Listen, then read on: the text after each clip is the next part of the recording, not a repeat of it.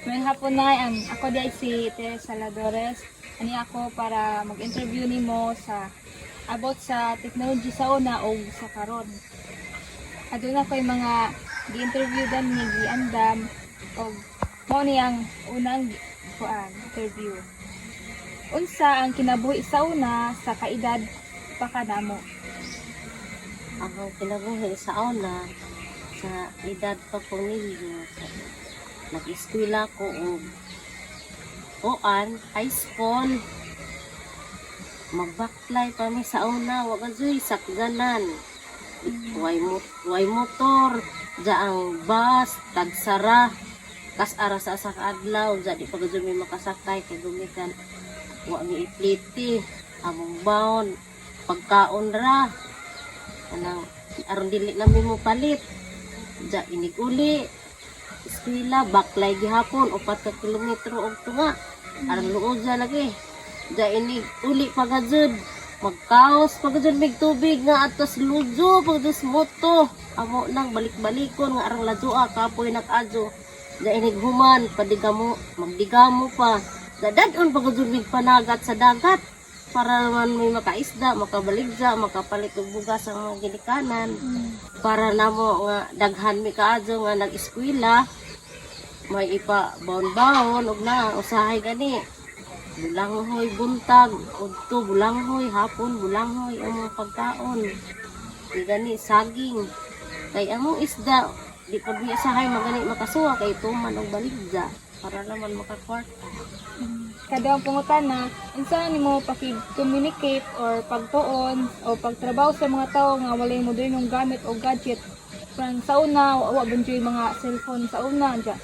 Unsa imong paagi? Unsa nimo pag-communicate, pagtuon trabaho sa mga tao sa mga modernong gamit o mga gadgets karon?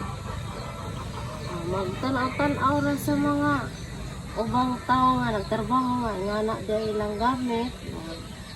Magtiko nga sa padiha nga para pa mananom o mga lagot mo nga kuan nga sundang, mga kagad, mga piko, maraming gamit na mo sa una. Kung mananom ni sa pagkuan, Communicate sa una, radyo na may among kuanon. Mamati na sa radyo. og na may mga ipang text sa mga tao ba o sa may paagi. Magsuwat ra. Magsuwat og papel. Ipada dito nga mauna. Mani, nga makahibaw sila. Suwat pa sa una. Wa pa'y silpon. Sige.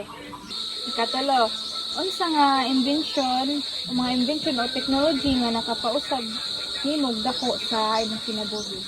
Ang nakapausap na teknolohiya karon nga panahon nga dali ra ta maka-communicate sa atong mga anak nga nasa lugo kining cellphone.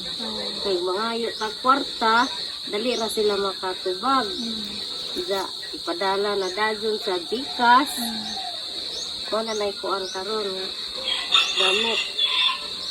Unsa nimo pagtan-aw kung diin sa pagbago sa teknolohiya o mga relasyon sa mga values sa mga tao? Kinahanglan nga kanang teknolohiya sa mga gadget karon sama sa cellphone. Kinahanglan gud nga dili gud ingog papalabian og gamit kay uban nga na sige ra Facebook hangtod mangiaway na lang Facebook. Makadaot po na sa to mga kabataan ng mga cellphone karon. Gumita na lang, bisag unsa na may makita na ng Facebook nga makadaot sa mga bata. Unsa ang labing imong giningaw bahin sa mga karaang panahon?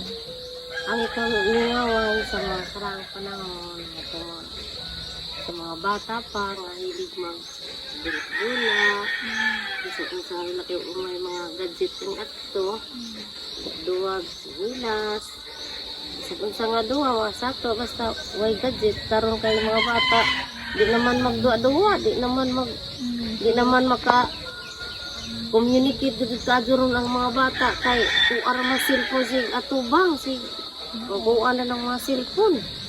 Ang ito nga daot na ng mga mata. unsang tambag ang imong ikahatag sa mga batan-on karon bahin sa paggamit sa teknolohiya sa hustong paagi? Ay katambag sa mga batanon karon.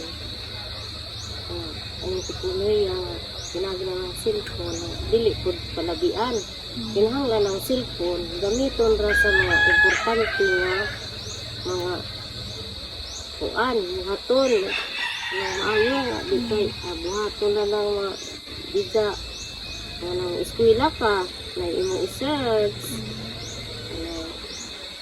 Sa pag imong apanon din ha, kailangan lagi mga importante nga may gamiton, di kay ipaagro. Tanaw na ng mga maot, mga kuan ng social media. Daghang salamat na sa inyong mga tubag, sa mga tambag, sa mga batan-on abot sa paggamit sa technology. Daghang salamat.